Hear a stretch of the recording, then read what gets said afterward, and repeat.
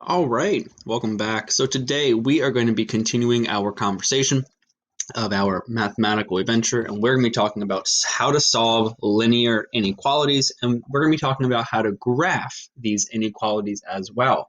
When we are graphing linear equations, it's going to be a straight line that's going to show all possible x and y values that have the equation end up as being true, where if we were to substitute an x and y value into the equation, we get a true statement, like 2 is equal to 2. That is a true statement using that x and y pair. For inequalities, it's a bit different.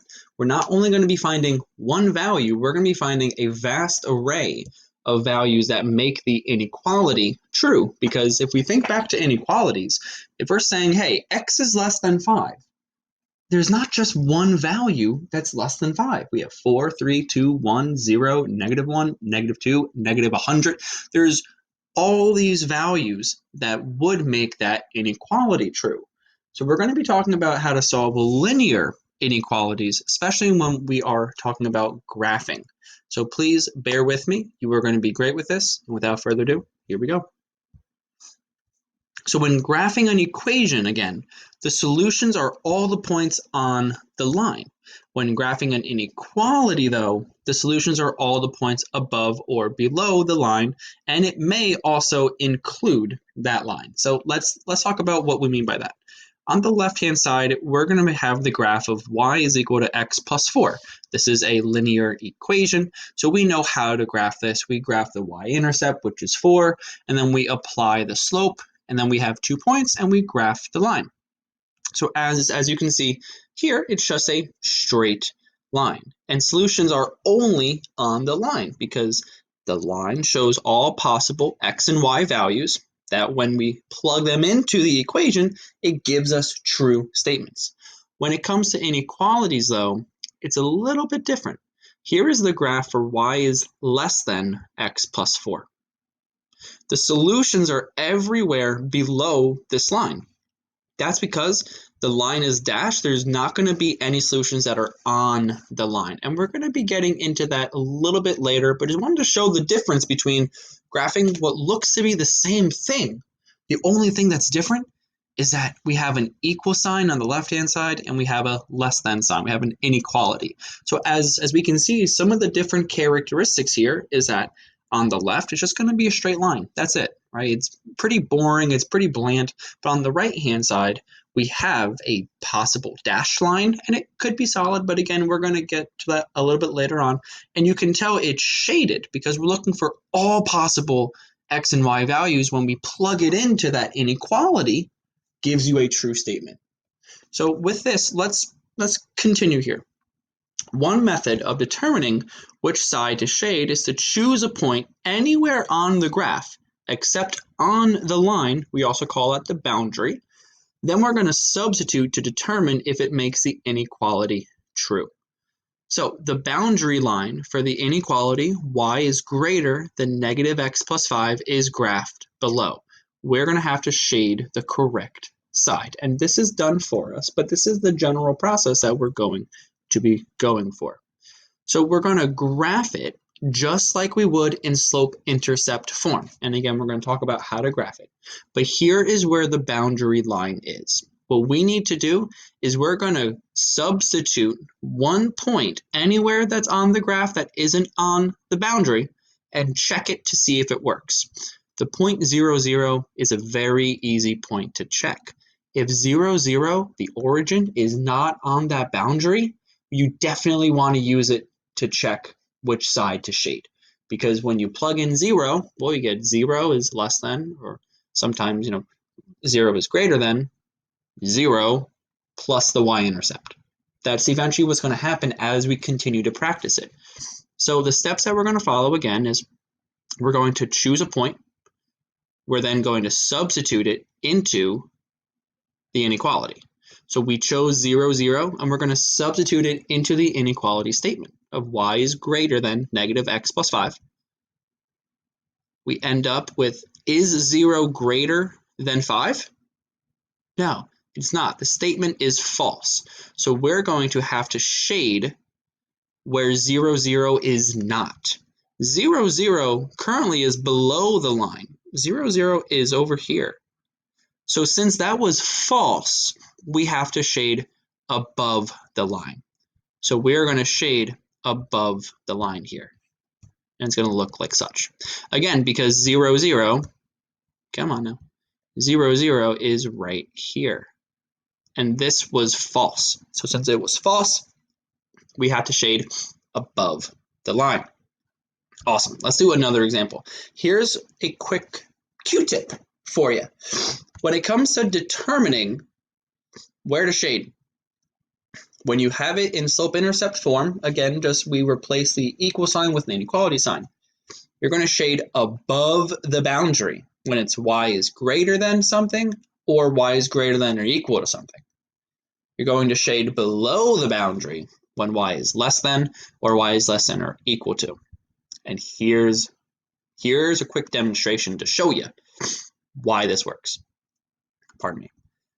So we have 4 just generic linear inequalities here. I don't expect you to be able to prove this. I don't expect you to be thinking this way, but I want to go through why this is the way it is. We have 1 greater than or equal to, 1 less than or equal to. If we use the coordinate point 0, 0 for each setting, let's see what happens. If I use 0, 0 for y is greater than x plus 5, we get that it's false. 0 is not greater than 5. So now 0 is currently below the y-intercept of 5. But we know it's not greater than, so we have to shade above the line. And if we think about a line, in general, if we have this number line, and we're starting with 0 right here, and we're talking about that y-axis, because when we substitute 0 in for x, guess what? It's gone. We don't have to think about the coefficient anymore, because anything times 0 is 0. So really, we're comparing 0 and the y-intercept of that line.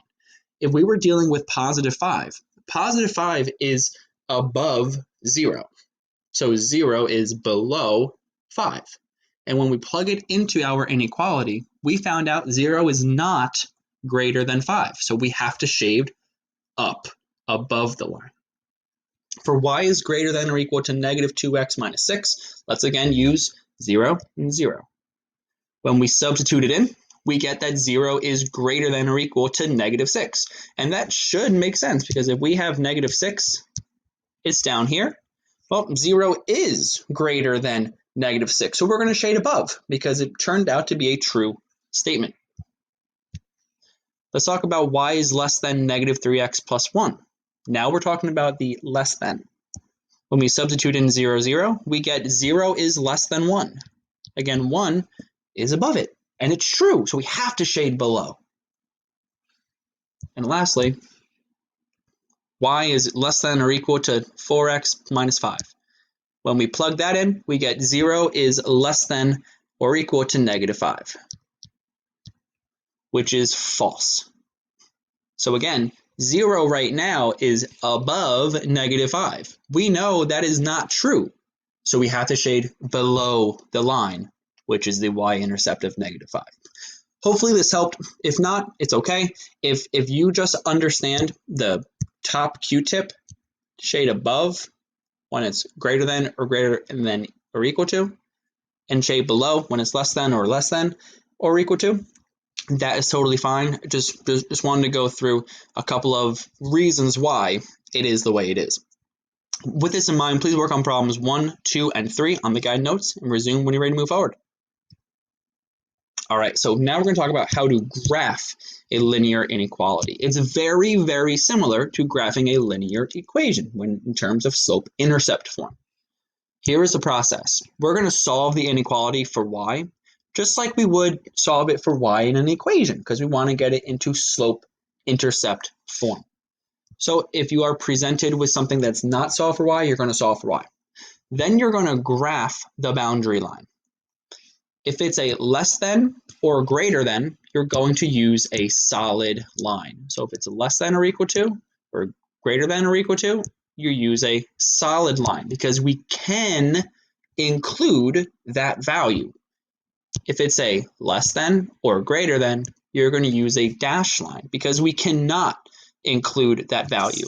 It goes back to thinking about a number line. If I'm dealing with, say, 0, 1, and 2, and I want to say, okay, I'm looking for all x values greater than 0. Well, we know that's an open circle going to the right because we cannot include 0.